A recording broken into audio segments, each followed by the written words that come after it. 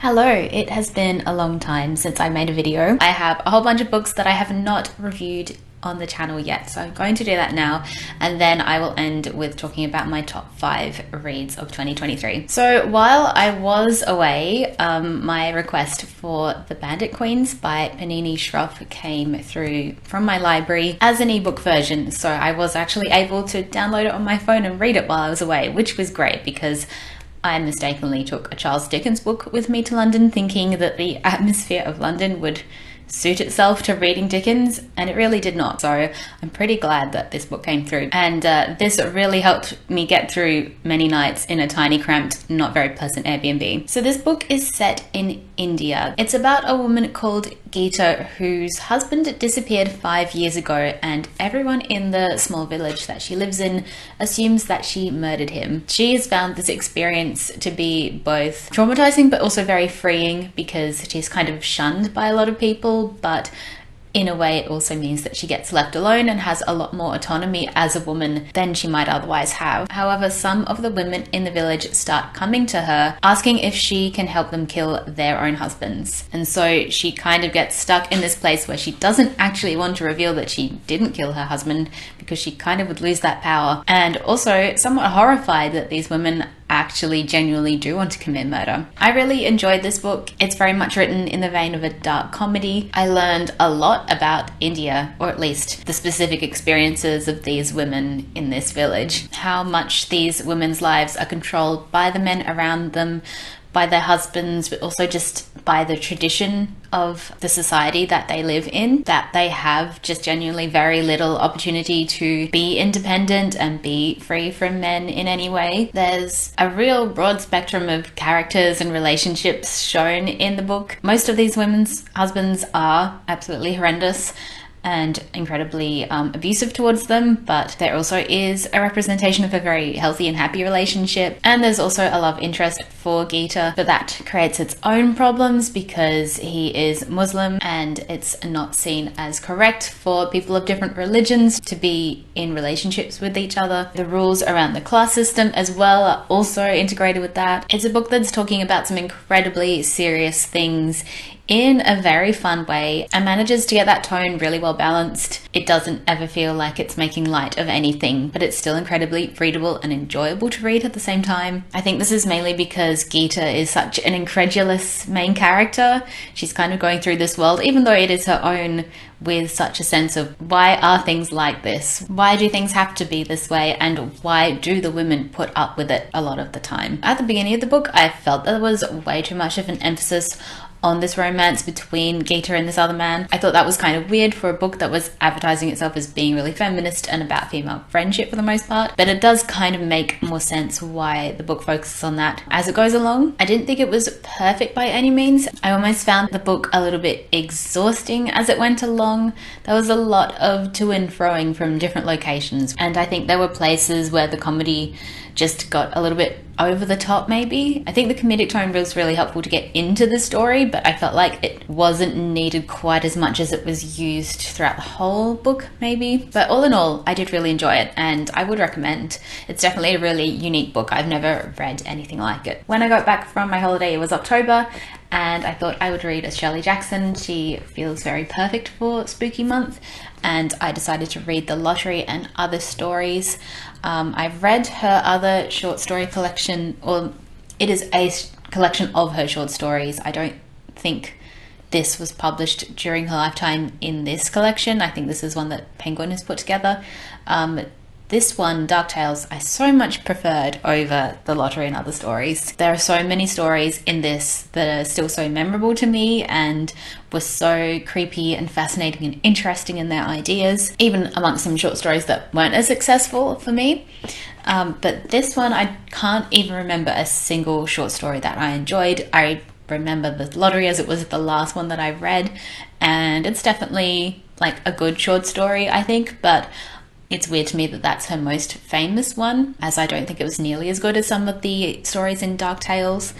I genuinely just can't remember any of these short stories, and I read it only a couple of months ago. They weren't terrible by any means, but just not that interesting and not that memorable. I'm kind of surprised considering this was a collection that was published during her lifetime. These stories are definitely not nearly as spooky as well as Dark Tales, so not really one I would recommend. I think if you want to read The Lottery because it's so famous, then it's worthwhile reading, but I wouldn't bother with the whole collection. I then read a book called D, A Tale of Two Worlds by Michel Faber. He wrote Under the Skin, which I absolutely loved. I read that a long time ago, and I've been meaning to read more of his books ever since then, and just obviously never have. This one appeared on my library ebooks app, and I did not realize it was a young adult book until I started reading it. It's apparently a story he'd wanted to publish for a long time, and he finally published it as his last book. The protagonist is a young girl called Tequilo. She's living in a small coastal British town, but she is originally from Somaliland. She's just kind of living in this town, going to school,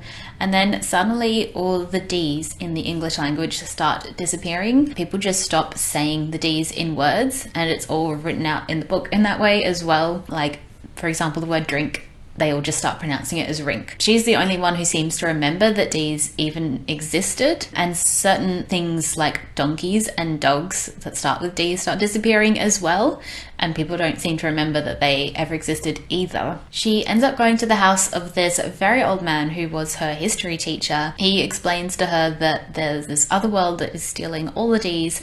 She has to travel into it with his service dog, who turns out to be a shape-shifting sphinx, and she has to stop the D's from being stolen. It's not so much a young adult book, perhaps more of an older child's fantasy book, very much reminiscent of like Neil Gaiman or Dinah Wynne Jones, but I found this an incredibly boring and weird book. And I just think children's books, as much as they should be weird and strange if they want to be, should also be really fun, and this was just not a fun book. All the characters in it are kind of miserable. They're sort of weird and eccentric, but not really eccentric enough to be fun and interesting. And the world building is just kind of basic, I felt like, and just nonsensical. It just kind of felt like he was just making shit up as he went along, which is obviously what writing is and storytelling can be, but sometimes it ends up just being boring. I really didn't understand what we were meant to be getting from this book, and was mostly just baffled at how the author could think children would be at all interested in this. I don't think me as a child would have enjoyed it, and I read quite a lot of books very similar to this. And I don't think we ever really found out why the D's were being stolen, why it was D in particular. Just a really strange book, and I kind of wish I'd DNF'd it. Next I read what's probably the biggest book of 2023, which was Yellowface by R.F. Kuang. This is about a woman called June who is a writer. She's friends with another writer called Athena. The word friends is kind of used loosely because she's actually just mainly jealous of how successful Athena is. Athena is Chinese. She writes a lot of books about Chinese culture and has just got a Netflix deal when she dies very suddenly, very dramatically. June, in a sort of fit of madness, I suppose, steals her unpublished manuscript that she has just finished and decides to publish it under her own name, though using her full first name and her middle name, Juniper Song, a slightly more ethnically ambiguous name than June Haywood, which is what she had published under previously. The whole book is about cultural appropriation. It is about how race and culture can be manipulated to sell books, and also about how it can be abused and be made tokenistic under publishers who are not well-meaning, who do not actually have the best interest of these stories at heart. What is interesting about this book is that it is from the perspective of this white woman doing this horrendous thing, and so she's constantly justifying it to us throughout the novel, justifying all these other acts that she does as well. I'm not sure whether the author ever wanted us to almost feel sympathy for June, or whether she was hoping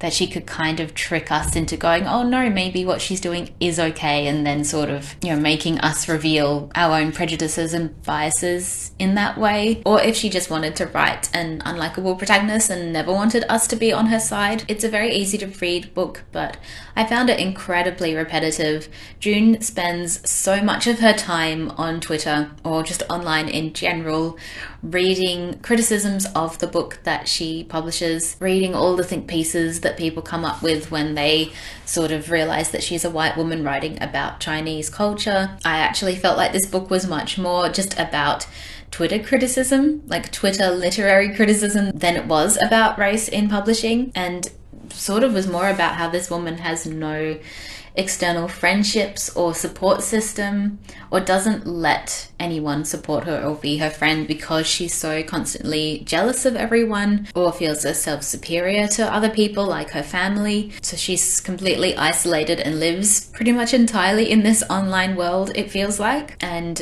you sort of think maybe this book is actually about the dangers of being chronically online. The most interesting part of the book for me was when June talks about her writing process and how when she was editing and rewriting Athena's novel, how she suddenly felt like she had this talent and was able to make this book so much better than it was before, and was having this sort of free-flowing writing experience like I guess writers always dream about. And you sort of think if you're experiencing that, then maybe you should be an editor rather than a writer. There's so much in this book, there are so many things it's trying to say, but I don't think it really says any of them to the full extent that it could.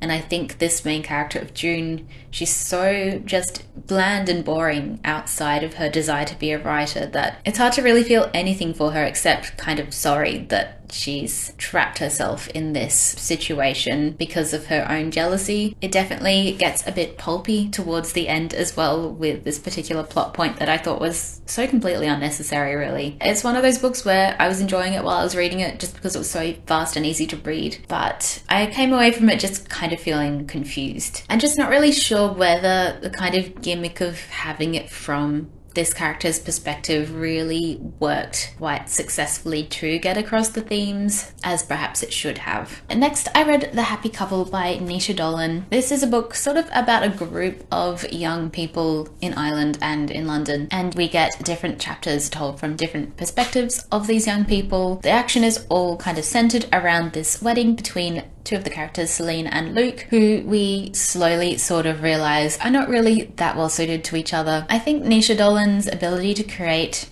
characters is quite interesting. They're all very specific characters with really sort of unique traits and ways of existing in the world.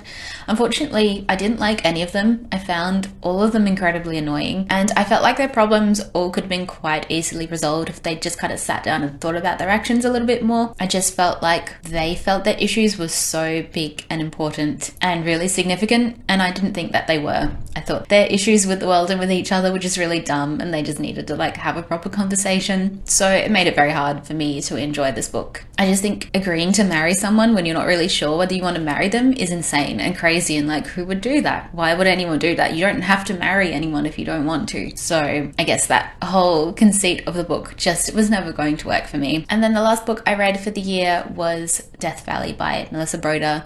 I'm very sad to say that this is definitely my least favorite Broder that I've read by quite some margin. This I just found weird and kind of obnoxious and annoying and pointless as well. I didn't really understand why it was written and what it was trying to say. So it's about this woman who is an author. She's in her 40s. Her father is... well, he was in a coma for a long time. He's recently just woken up out of his coma, but she's constantly worried that he might go back into it and die. Her husband as well has been really sick for a really long time, so that has been a huge strain on their relationship. She has decided to go out into the Californian desert and stay in a motel and try and like finish this novel she's writing or get ideas for the novel she's writing. She ends up going on a hike and comes across this giant cactus, which is very obviously a figment of her imagination, or maybe there's just a bit of magical realism going on because no one else can see this cactus. And then she eventually gets lost in the desert, and most of the book is actually her just trying to survive and get out of the desert. I just eventually found this novel incredibly tedious to read. It's very, very repetitive. I found it really cringe as well because she's kind of anthropomorphizing, I think that's how you say it, like objects around her, like these rocks and this cactus, those rabbits that she meets in the desert. And I felt like it was just trying to be really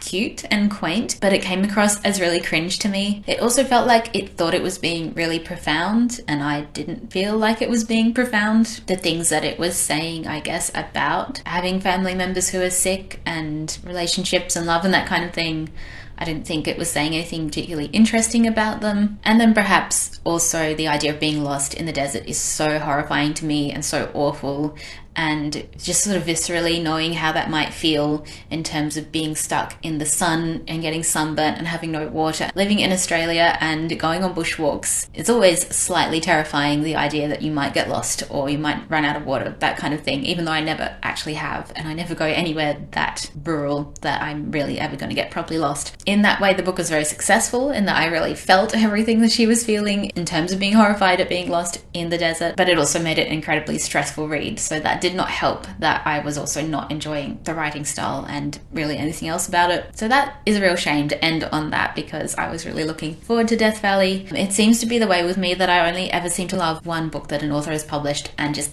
hate the rest or be incredibly ambivalent towards the rest of them. Alright, let's go through my top 5. I will say, in terms of my reading for 2023, there weren't really many books that really stood out. I read a lot of mediocre books, some quite bad books, and there's definitely a few that I did really enjoy more than the 5 that I'm talking about, but there's not really many that I would count as new favorites or would want to read again or have really stuck with me in any significant way apart from these 5. I'm kind of hoping in 2024 we can improve on that. So at number 5, I'm going to put Goodbye to Berlin by Christopher Isherwood.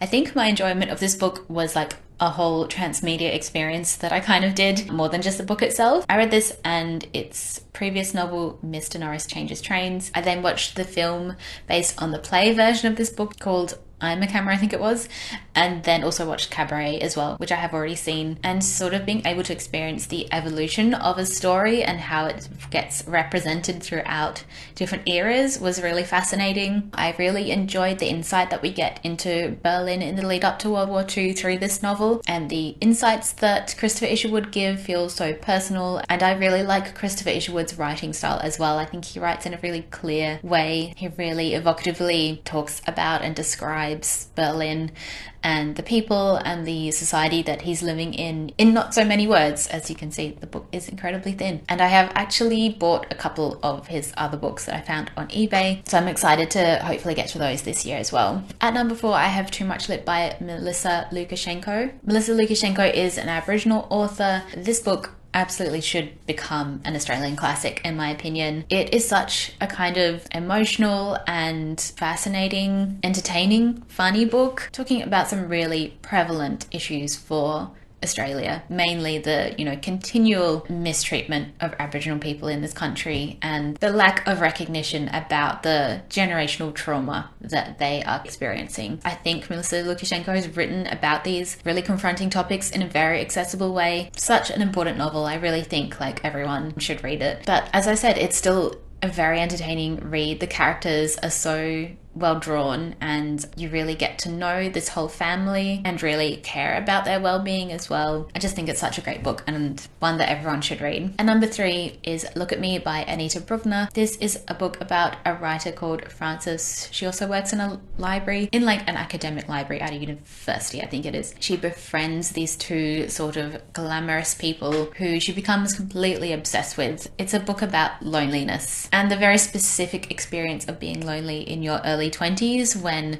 it's an age where everyone expects that you're having a great time. I just related so much to this character, so much to what she was experiencing. I just think it's a book that describes loneliness in the most accurate way that I've ever seen. At number 2, I have The Guest by Emma Cline. This is a book that I've read pretty much in one day. It was such an enjoyable reading experience. It felt like reading an American indie film. It's about a woman who is just kind of hanging out with this rich older man. She doesn't have a job. She just basically goes around hanging out with different older rich men, and that's how she survives. She's living with him in his beach house and he kicks her out. And she decides to just hang out there in this sort of Long Island area and see if she can survive until his party that he's having in a couple of weeks, and she's hoping that she can return to him then and all will be forgiven. The way Emma Cline is able to describe setting and the places and the houses and the community that this character is existing in is so effortless. I think writing description and making it interesting can be so hard, and generally I'm more drawn to books that really focus on character more than anything, but this book really is all about its setting because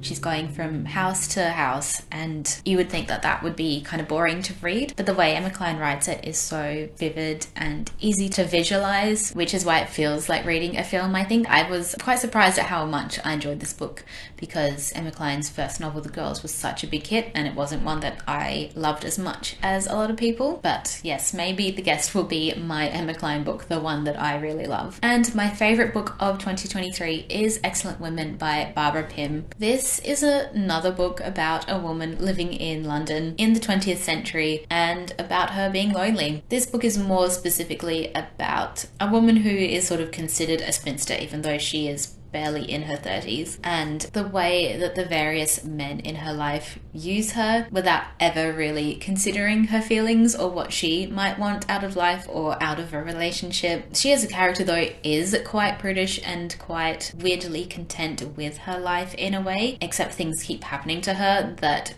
kind of unsettle her and make her think maybe she isn't actually as content as she thought she was. I just thought it was such an interesting way to look at that topic of being a single woman, being one that men completely pass over because you're just not as interesting or as pretty as the women that they actually go for, despite the fact that a lot of men just want to be looked after, and so she would make the perfect partner for those men because she is actually pretty happy to look after them. I think that's such an interesting irony and one that still exists now. I think it's a book I'll definitely read again, and I'm excited to read all of Barbara Pym's other novels as well because I believe they all kind of are in a similar vein. The way it ends is probably not the way that we would want a novel like this to end now, because she does end up with a man, and a man who doesn't really seem like he's that great, but it is this whole thing of, well, she is actually kind of happy. She is pretty happy to have a man to look after.